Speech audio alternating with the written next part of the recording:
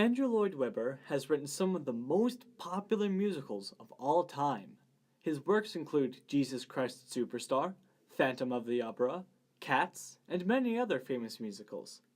His talent for writing music, accompanied by Tim Rice's genius lyrics, earned him many awards and titles over his still ongoing career.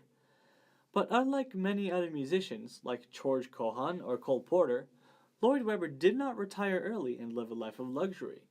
Instead, he continues to be a leader in the theater community and, while bringing musicals to the public eye, ended up creating an organization in his name to support young, talented musicians. Andrew Lloyd Webber, oldest of two brothers, was born on April 22, 1948. His mother was a pianist, his father a composer, and his younger brother a cellist. Lloyd Webber was a musical prodigy, picking up the violin and French horn at age 3, and started writing his own music at 6. As he grew up, he wanted to follow his childhood dream, which wasn't becoming a music writer. Rather, he wanted to be England's chief inspector of ancient artifacts, so his first school of choice was Magdalen College in Oxford, England. He soon, however, grew disinterested in it and started looking for his true calling. He found interest in musical theater and soon switched schools to go to the Royal College of Music to develop and pursue his passion. While at the Royal College of Music, he was contacted by a man named Tim Rice.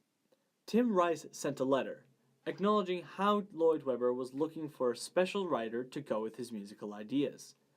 Tim Rice's specialty in lyric writing was for pop music, and Lloyd Webber took an interest in his skill. This began their very long collaboration in musical writing. Andrew Lloyd Webber and Tim Rice came up with their first musical called The Likes of Us. It didn't gather that much support, and eventually never reached stages until 2005, where it was performed at Sydmonton Festival in Hampshire. After The Likes of Us failed, Lloyd Webber and Rice began to work on a commission for a new musical that would later be named Joseph and the Amazing Technicolor Dreamcoat. This musical started out as a small concept album and eventually grew to be a stage performance, hitting its first stage on March 1, 1968. Joseph ran for a very good time, with each performance getting bigger and better until about 1979, where it staged its last performance. However, this popularity would be overshadowed early on in 1971 with the release of Lloyd Webber and Rice's next musical, and their biggest one to that date. For the first time, Lloyd Webber bridged the gap between popular music and theater music, and brought an entirely new audience of people into the theater that hadn't appreciated it before. Andrew Lloyd Webber's big career started with his first hit in musical theater, Jesus Christ Superstar. Jesus Christ Superstar popularity came with his upbeat rock music used as a background for a religious story. Originally, Superstar was a rock opera, an album that told a story with music and that was occasionally written for a screen or stage, like American Idiot by Green Day and Rent by Jonathan Larson. It exploded in popularity, not just with those that liked theater, but to those outside that demographic. Normally, people didn't go to musicals because even though they had music in them, musicals didn't have any music that the general mass liked.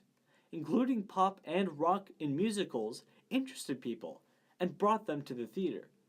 Because of this popularity spike with pop music in musicals, other writers tried to copy the formula, and pop songs were made for musicals like Les Miserables, such as I Dreamed a Dream, and any Disney musical like Beauty and the Beast or The Lion King.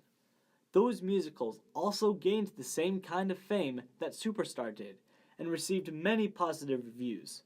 So naturally, someone thought they were making the right choice by including this new music. With Lloyd Webber's success came fame and fortune, but he didn't use it all for himself and retire. In 1992, Lloyd Webber set up the Andrew Lloyd Webber Foundation that aimed to promote the arts, culture, and heritage for the public benefit with scholarships and grants. This allowed for organizations such as the Weston Jerwood Creative Bursaries and Kids Company to expand their programs and allow for young musicians, playwrights, and other artists to see their work professionally performed and encourage them to continue their interest in the arts.